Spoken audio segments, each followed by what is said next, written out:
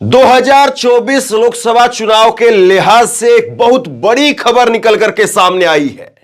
देश में election commissioner Arun Goyal ने इस्तीफा दे दिया है और अरुण गोयल के इस इस्तीफे से बहुत बड़ा सवाल खड़ा हो गया है कि क्या कहीं पर 2024 के लोकसभा चुनाव को टालने की कोशिश हो रही है और 2024 का लोकसभा चुनाव कैसे होगा, जबकि चुनाव देश में इस वक्त में सिर्फ एक चीफ इलेक्शन कमिश्नर बचे हैं।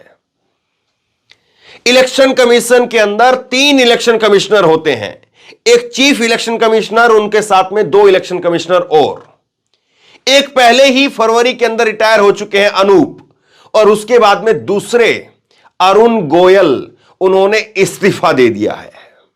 अब अरुण गोयल साहब के इस्तीफे के बाद में सवाल यह खड़ा हो रहा है कि आखिरकार अचानक से उन्होंने इस्तीफा क्यों दे दिया।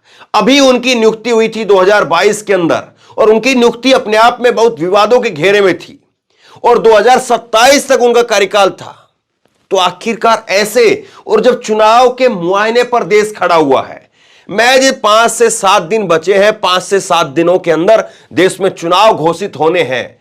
इससे पहले ही अगर चुनाव आयुक्त छोड़ करके चले गए हैं, इस्तीफा देकर के चले गए हैं, तो सिर्फ इस वक्त देश के अंदर एक मुख्य चुनाव आयुक्त है और उसके सहारे चुनाव कैसे होंगे। और सोचिए कि अगर चुनाव के दौरान या बीच चुनाव में या चुनाव से पहले अगर सिर्फ और सिर्फ एक मुख्य चुनाव आयुक्त जो अभी हैं, अगर उनको कुछ बात हो गई, कुछ व्यक्तिगत कारण हो गए या कोई स्वास्थ्य कारण हो गए, तो सोचिए देश में चुनाव का क्या होगा। यह अहम सवाल इस वक्त में खड़ा हो गया है। इस खबर पर विस्तार से बात करेंगे। सबसे पहले मैं कुछ आपको इस खबर की जो बड़ी बुनियादी बातें हैं वो मैं आपको बता देता हूं। लोकसभा चुनाव से पहले इलेक्शन कमिश्नर ने दिया इस्तीफा, अरुण गोयल ने इलेक्शन कमिश्नर से दिया इस्तीफा। इस्तीफा राष्ट्रपति द्रौपदी मुर्मू ने स्वीकार कर लिया है। अब यह भी बड़ा सवाल है कि इधर से इस्तीफा हुआ और उधर से इस्तीफे स्वीकार करने की खबर भी आ गई, तो क्या नरेंद्र मोदी जी किसी ऐसे व्यक्ति को चीफ इलेक्शन कमिश्नर के पद पर अभी मौजूद हैं, लेकिन उसके अलावा जो 2 पद खाली हैं, उन 2 पदों पर अपने मन माफिक किसी व्यक्ति को बैठाना चाहते हैं? यह बड़ा सवाल है और इस पर मैं आगे बात करूंगा। पहले आगे देखिए, निर्वाचन आयोग में पहले से ही चुनाव आयुक्त का एक पद खाली था। गोयल के इस्तीफे के बाद अब केवल मुख्य चुनाव आयुक्त राजीव कुमार ही बचे हैं। निर्वाचन आयोग में एक इलेक्शन कमिश्नर के अलावा 2 इलेक्शन कमिश्नर होते हैं। चीफ इलेक्शन कमिश्नर के अलावा 2 इलेक्शन कमिश्नर होते हैं और वो चीफ इलेक्शन कमिश्नर भी कोई बहुत अलग नहीं है, वो बस first one of the among है। मतलब कि जो 3 है उनमें से एक सीनियर है, बाकी तीनों का काम बराबर का होता है। अब 3 व्यक्तियों का जहां पर काम है, वहां पर एक आदमी पहले ही रिटायर कर चुका है, दूसरा आदमी इस्तीफा देकर के जा चुका है, तीसरा आदमी केवल बचा है। कैसे देश का 140 करोड़ का जो देश है, दुनिया का सबसे बड़ा लोकतांत्रिक देश है, कैसे वो चुनाव होगा? क्या इन दोनों पदों के ऊपर जो 2 पद अभी खाली हैं, इन दोनों पदों के ऊपर मोदी जी अपना कोई आदमी, 2 आदमी अपने बैठाना चाह रहा है? यह बहुत बड़ी खबर है और यह बहुत बड़ी आशंका है। नवंबर 2022 में नियुक्ति हुई थी, 2027 तक था अरुण गोयल का कार्यकाल। नियुक्ति भी विवादित रही थी, तुरंत वीआरएस लेकर के नियुक्ति हुई थी। अब इस पर मैं डिटेल से आगे बताऊंगा आपको। अरुण गोयल की नियुक्ति पर सुप्रीम कोर्ट ने फटकार लगाई थी। सुप्रीम कोर्ट ने नियुक्ति के लिए 3 लोगों की समिति बनाई थी, जिसे बाद में सरकार ने संसद के जरिए सुप्रीम कोर्ट के आदेश को बदल दिया था। एक चुनाव आयुक्त अनूप पांडे फरवरी में पहले ही रिटायर हो चुके हैं। अब इस पर जो राजनीतिक नेताओं की जो प्रतिक्रिया आई है, या पत्रकार या बुद्धिजीवी इस पर जो कुछ कह रहे हैं, ये मैं आपको आगे दिखाऊंगा, लेकिन जरा एक तस्वीर पहले आप देख लीजिए। ये है अनिल मसीह। ये वो शख्स है जिन्होंने चंडीगढ़ मेयर का इलेक्शन पूरी तरह से धांधली के साथ में बीजेपी के पक्ष में कर दिया था। और अब सवाल यह उठ रहा है कि क्या नरेंद्र मोदी जी ऐसे ही दो अनिल मसीही, या ये अनिल मसीह में से एक, हालांकि ये संभव नहीं है, लेकिन लोग इस बात को पूछ रहे हैं, लोग इस बात को कह रहे हैं कि इसी प्रकार के दो व्यक्ति बैठाए जाएंगे इलेक्शन कमीशन के अंदर, और वो दो व्यक्ति वो काम करेंगे जो नरेंद्र मोदी चाहते हैं। और ऐसे में सबसे बड़ा सवाल ये कि कैसे चुनाव निष्पक्ष होंगे। क्या जिस तरह से 2 दिन पहले इलेक्शन कमीशन की तरफ से राहुल गांधी को जो चेतावनी दी गई थी, उसी तरह से विपक्ष के तमाम नेताओं के ऊपर अंकुश लगाने की तैयारी चल रही थी, चुनाव के अंदर कुछ बहुत बड़ा खेल करने की तैयारी चल रही थी। और ऐसे में अरुण गोयल साहब की क्या अंतर आत्मा जाग गई और उन्होंने कहा कि मैं इस तरह से नहीं कर सकता हूं, इस पद के साथ में खिलवाड़ नहीं कर सकता हूं। यह भी अपने आप में एक सवाल खड़ा हो रहा है कि क्या अंतरात्मा जाग गई थी अरुण गोयल जी की, और इसीलिए अरुण गोयल जी ने इस्तीफा दे दिया। यह भी बड़ा सवाल है अपने आप में। तो एक इस तरह की खबर निकल करके सामने आई है, जिस खबर ने हर किसी को चौंका दिया है, जिस खबर से हर कोई भौचक्का है कि आखिरकार यह क्या हो गया है और कैसे चुनाव होंगे। इस पर मैं आगे आऊंगा, पहले थोड़ा सा आप जो है वो राजनीतिक नेताओं की और उसके बाद में मैं कुछ पत्रकारों की भी आपको प्रतिक्रिया दिखाऊंगा इस पर। अलका लांबा ने ट्वीट किया है कि जिस देश में चुनाव आयोग से पहले ही एक चुनाव आयुक्त का पद खाली था, अब दूसरे आयुक्त अरुण गोयल का इस्तीफा भी ठीक लोकसभा चुनाव से पहले कोई आम बात नहीं है। मतलब अब मोदी जी खुद तय करेंगे कि चुनाव आयुक्त कौन होगा और चुनाव कैसे होगा। क्या लोकतंत्र अपने अंतिम दौर में है? तो ये जो है वो अब सवाल पूछा जा रहा है कि चुनाव कैसे होगा, किन लोगों को बैठाया जाएगा, और क्या लोकतंत्र सिर्फ और सिर्फ अपने अंतिम दौर को जी रहा है। मनोज कुमार झा ने लिखा है, खबर आ रही है कि चुनाव आयुक्त अरुण गोयल ने इस्तीफा दे दिया है। संभवतः लोकसभा के आम चुनाव की घोषणा से ठीक 1 सप्ताह पहले इस तरह के इस्तीफे संशय पैदा करते हैं कि चुनाव स्वतंत्र और निष्पक्ष होंगे भी। आर्टिकल 324 भी कह रहा है कि क्या जर खरीद गुलाम बन जाऊं, लेकिन शिकायत किससे करें। तो ये सवाल इस वक्त में खड़े हो रहे हैं, ये सवाल इस वक्त में हर कोई पूछ रहा है। इसके बाद में पीयूष बबेले ने लिखा है, चुनाव से पहले चुनाव आयुक्त इस्तीफा दे देता है। चुनाव से पहले हाईकोर्ट का जज इस्तीफा देकर के भाजपा ज्वाइन करता है। चुनाव से पहले स्टेट बैंक इलेक्टोरल बॉन्ड का ब्यौरा देने से मना कर देता है। चुनाव से पहले मुख्य विपक्षी दल कांग्रेस के खाते से इनकम टैक्स पैसा निकाल लेता है। चुनाव से पहले राजनीतिक उद्देश्य से भारत रत्न बांट दिए जाते हैं। चुनाव से पहले अपूर्ण मंदिर का उद्घाटन कर दिया जाता है। चुनाव से पहले हर परंपरा, हर व्यवस्था, हर संस्था, हर आस्था दांव पर लगाने के बावजूद हम समझते हैं कि देश में लोकतंत्र बचा हुआ है। तो कई गंभीर सवाल इन्होंने खड़े किए हैं कि चुनाव से पहले इलेक्शन कमिश्नर ने इस्तीफा दे दिया है, चुनाव से पहले इनकम टैक्स किस तरह से विपक्षी पार्टियों के पीछे पड़ा हुआ है, राम मंदिर का उद्घाटन हो गया है, और फिर नरेंद्र मोदी अगर 400 पार का नारा दे रहे हैं और फिर भी वो नहीं हो रहा है, तो सोचिए कि आज नरेंद्र मोदी की स्थिति कहीं 150 पार वाली तो नहीं है, जिसको ही 400 पार कह करके वो सिर्फ और सिर्फ अपनी सरकार बनने पर जो है वो आमादा है इस वक्त में। यह सवाल जो पूछा जा रहा है। इसके बाद में श्रीनिवास बीवी ने लिखा है, लोकसभा चुनाव से ठीक पहले देश के चुनाव आयुक्त अरुण गोयल का इस्तीफा कोई आम घटना नहीं है।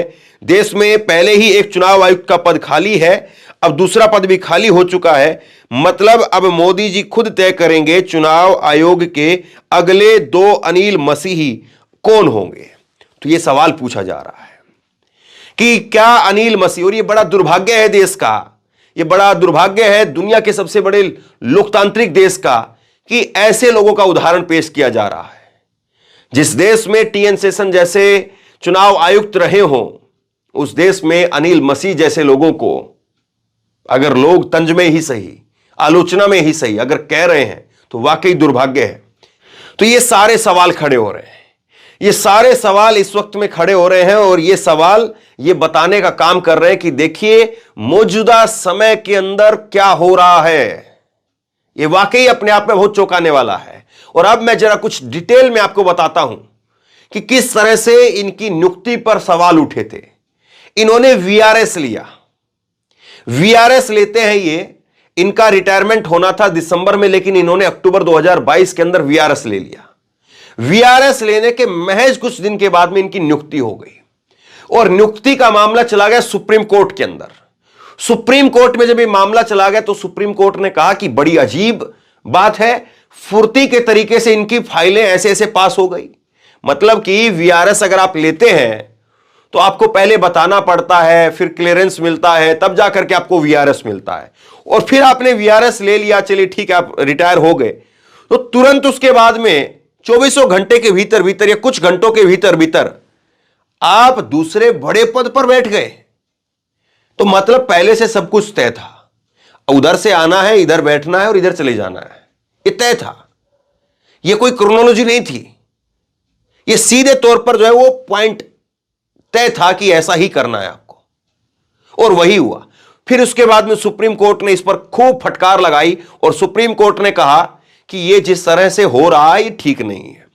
ये बिजली की स्पीड से जो फाइलें पास की जा रही है, मेरे शब्द नहीं है, सुप्रीम कोर्ट के शब्द हैं ये। सुप्रीम कोर्ट ने कहा कि बिजली की स्पीड से जो फाइलें पास की जा रही है ये ठीक नहीं है, हम नियुक्ति करेंगे। उन्होंने एक समिति बनाई 3 लोगों की, उसके अंदर 3 लोगों का वोट होना चाहिए था। जो चुनाव आयुक्त कौन बनेगा इस बात को तय करता, पहला देश के प्रधानमंत्री का वोट, दूसरा देश में सुप्रीम कोर्ट के चीफ जस्टिस का वोट, और तीसरा देश में विपक्षी पार्टी के सबसे बड़े नेता का वोट। ये 3 वोट तय करते कि देश के अंदर कौन चुनाव आयुक्त बनता। लेकिन दुर्भाग्य देखिए, बीजेपी सरकार के पास में सत्ता है, सत्ता के साथ साथ बहुमत भयंकर तरीके से है। सरकार ने सुप्रीम कोर्ट के इस फैसले को संसद के अंदर पलट दिया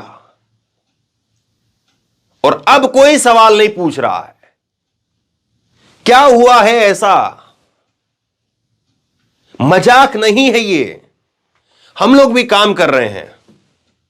और मैं अपने जो है वो एडिटर से कह रहा था कि हम लोग जो है वो लोग देख रहे हैं, थोड़ा सा और कुछ लोगों को जोड़ा जाए तो थोड़ा काम और अच्छे से हो, क्योंकि एक बहुत बड़ा चुनाव, लोकसभा का चुनाव आ रहा है, उसके लिए तैयारी हो। हम जो एक बहुत छोटी टीम के साथ में काम करते हैं, हमें चिंता हो रही है, लेकिन देश के प्रधानमंत्री को क्या चिंता नहीं है। और ऐसा नहीं है कि उनकी नॉलेज के बगैर ये सारा काम हो गया है। जब उनका इस्तीफा यहां से हुआ है और उधर राष्ट्रपति जी ने स्वीकार कर लिया है, तो इसका मतलब यह है कि सारी तैयारियां हो चुकी है। या तो कोई व्यक्ति चुन लिया गया है जिसको बैठाना है केवल पद पर, एक रस्म अदा करनी है, सिर्फ इनको हटाना था। अब इनको क्यों हटाना पड़ा, या ये क्यों खुद अपने से हट गए? क्या ऐसी अंतरात्मा जाग गई? क्या ऐसा करवाना चाह रहे थे जो इन्होंने करने से मना कर दिया? और सोचिए कि 2 बड़ी चीजें, एक ईवीएम और दूसरा एसबीआई के अंदर इलेक्टोरल बॉन्ड। चुनाव से पहले 2 बड़ी चीजें ऐसी हैं जो लोगों के मन में शंका पैदा कर रही है, शक पैदा कर रही है कि ईवीएम की वजह से ही धांधली हो रही है, ईवीएम की वजह से ही गड़बड़ी हो रही है। और इस बात को कौन अच्छे से जानता है कि गड़बड़ी हो रही है या नहीं हो रही है? चुनाव आयोग, चुनाव आयुक्त, वो जानते हैं कि हां गड़बड़ी है या नहीं है। उनको हर एक्सपर्ट से ज्यादा बेहतर तरीके से पता है। तो क्या कहीं अंदर खाने कुछ इस तरह से पक रहा था जो गले नहीं उतार पाए कुछ लोग या अधिकारी, और जिसका खामियाजा यह है कि उन्होंने अपना इस्तीफा देना अच्छा समझा? कोई अंतरात्मा के अंदर से ऐसी आवाज आई है क्या? दूसरी बड़ी बात, इलेक्टोरल बॉन्ड को लेकर के पैसा किसने किसको कितना दिया है, वो सुप्रीम कोर्ट ने कहा एसबीआई को आप बताइए, और आप जाकर के फिर चुनाव आयोग को बताइए, और चुनाव आयोग उस पैसे की जानकारी वेबसाइट पर डालेगा। तो यह भी काम चुनाव आयोग से ही होना था। तो 2 ऐसे काम जो चुनाव आयोग के जरिए होने थे, और वो दोनों ऐसे काम अब लटक गए हैं। दोनों के दोनों काम लटक गए हैं। तो ऐसे में सबसे बड़ा सवाल यह कि कैसे होगा। और अब सवाल यह भी पूछा जा रहा है कि केवल इस्तीफा हुआ है या इस इस्तीफे के बाद में नए आदमी को बैठाने की पूरी तैयारी हो चुकी है, कहां से किसका रिटायरमेंट करवाना है, कहां से किसको इस्तीफा दिलवाना है और उसको यहां पर बैठाना है, क्या यह सब कुछ तय हो चुका है? सिर्फ और सिर्फ जो है वो लोगों के सामने एक रस्म अदा की जाएगी, या अभी कोई ऐसा उम्मीदवार बीजेपी ने ढूंढा ही नहीं है? क्योंकि अब सब कुछ बीजेपी के हाथ में है। अब जो 3 वोट थे पहले, जिसमें सरकार खुद, प्रधानमंत्री का वोट खुद होता था और उसके बाद में दूसरा वोट चीफ जस्टिस का और तीसरा वोट विपक्ष के नेता का, लेकिन अब सरकार ने इस चीज को बदल दिया। सरकार ने कहा कि 3 वोट से ही चुनाव होगा, लेकिन एक पहला वोट सरकार का यानी प्रधानमंत्री का, दूसरा वोट प्रधानमंत्री के कैबिनेट मंत्री का। अब प्रधानमंत्री का कैबिनेट मंत्री जो है वो प्रधानमंत्री से अलग थोड़ी ना बात करेगा, और तीसरा वोट जो है विपक्ष के नेता का। तो विपक्ष के नेता वोट डाले चाहे ना डाले, जब पहले 2 आदमियों ने अगर चुन लिया कि सुनील कुमार होंगे दूसरे चुनाव आयुक्त, तो सुनील ही होंगे, और सलमान को चुन लिया तो सलमान होंगे साहब। तीसरा व्यक्ति तो पसंद ही नहीं कर सकता है कि नहीं साहब अमित होना चाहिए, नहीं साहब अब्बास होना चाहिए। तो चुनने का ही एक तरह से आप कहें कि केवल और केवल रस्म है कि हां ठीक है, आप अपनी उम्मीद बता दी, अपनी चॉइस बता दीजिए बस। और ऐसे में अगर यह चुनाव की प्रक्रिया नहीं होती है और केवल क्या नरेंद्र मोदी जी एक चुनाव आयुक्त के सहारे, चीफ इलेक्शन कमिश्नर, मुख्य चुनाव आयुक्त के सहारे चुनाव में जाएंगे? बहुत बड़ा रिस्क है उसमें। मैं फिर कह रहा हूं इस बात को कि हम उम्मीद करते हैं कि ऐसा कुछ ना हो, लेकिन अगर चुनाव के बीच में कोई व्यक्तिगत कारणों की वजह से उनके साथ में कोई स्वास्थ्य कारण, कोई पारिवारिक कारण अगर कुछ इस तरह से बन जाते हैं और अगर वो भी अब्सेंट हो गए, तो देश का चुनाव कौन संभालेगा? इसको कुछ आप ऐसे समझिए कि स्कूल के अंदर एग्जाम होने, पेपर होने हैं, पेपर चल रहे हैं और उसमें 3 टीचरों की ड्यूटी लगी है। एक हेड है और उसके साथ में 2 और उसी के कुलीग हैं, उसी के साथी हैं। 3 अध्यापकों की ड्यूटी लगी हुई है। सोचिए, एक का पहले रिटायरमेंट हो गया इसलिए वो खाली है उसका पद, दूसरे ने बोल दिया कि मैं कल आऊंगा नहीं, मेरा इस्तीफा हो गया है। तीसरा आदमी अकेले खड़े होकर के पूरे स्कूल के अंदर एग्जाम दिलवाएगा। पूरे स्कूल में कहां पर कौन जो है वो नकल नहीं कर रहा है, या कहां पर पेपर के अंदर गड़बड़ी हो गई है, या कहां पर किसका पेपर जो है वो गलत आ गया है, कोई क्वेश्चन जो है वो गलत आ गया है। आज ऐसा तो नहीं है कि कहीं पर जो है वो गणित का पेपर था और अंग्रेजी का पेपर खुल गया है, कई बार हो जाता है ऐसा। या अंग्रेजी का पेपर था लेकिन अंग्रेजी के पेपर में 4 सवाल जो है वो ऐसे हैं कि 6ठी क्लास की जो अंग्रेजी का पेपर है उसमें 8वीं क्लास के सवाल आ गए हैं। कई बार ऐसा हो जाता है, मिस प्रिंट करके या मशीन से गड़बड़ी करके। और उसको सही कौन करवाता है? उसको सही करवाने का काम जो है वहां पर टीचरों का होता है। टीचर ही नहीं रहेंगे, और सोचिए कि अगर जिस एक आदमी जो बचा है, एक अध्यापक जो बचा है, अगर वो भी नहीं आएगा तो फिर क्या होगा? फिर स्कूल के बाहर एक तख्ती लगाई जाएगी कि परीक्षाएं रद्द हो गई है। ये स्कूल के बाहर तख्ती लगाई जाएगी कि परीक्षा रद्द हो गई है। क्या वही होने जा रहा है? सवाल यह है। या फिर 2 अध्यापक ऐसे ढूंढे जा रहे हैं कि जो बता दे कि भैया आपको इनको तो पेपर में नकल करवानी ही करवानी है। ये जो मास्टर जी के लड़के हैं 2, ये मास्टर जी के लड़के तो अपना गाइड किताब लेकर के बैठेंगे और पूरा पेपर नकल करके करेंगे, तुमको कुछ नहीं कहना है। क्या ऐसे आदमियों को ढूंढा जा रहा है? सवाल यह है। क्यों इस्तीफा दे दिया? कारण अभी तक कहां है? शेयर कीजिए इस खबर को, बहुत बड़ी खबर है, लोगों तक पहुंचाइए। और इसी तरह की तमाम खबरों के लिए ऑनलाइन न्यूज इंडिया को सब्सक्राइब कीजिए, साथ में जो बेल आइकन है घंटे उसको जरूर दबाइए, ताकि जैसे ही कोई खबर अपलोड करें उसकी नोटिफिकेशन सीधे सबसे पहले आपको मिल सके। अगर ये वीडियो फेसबुक पर देख रहे हैं तो फेसबुक पर हमारे पेज को लाइक कीजिए, फॉलो कीजिए और इस खबर को शेयर कीजिए। आपका बहुत बहुत धन्यवाद।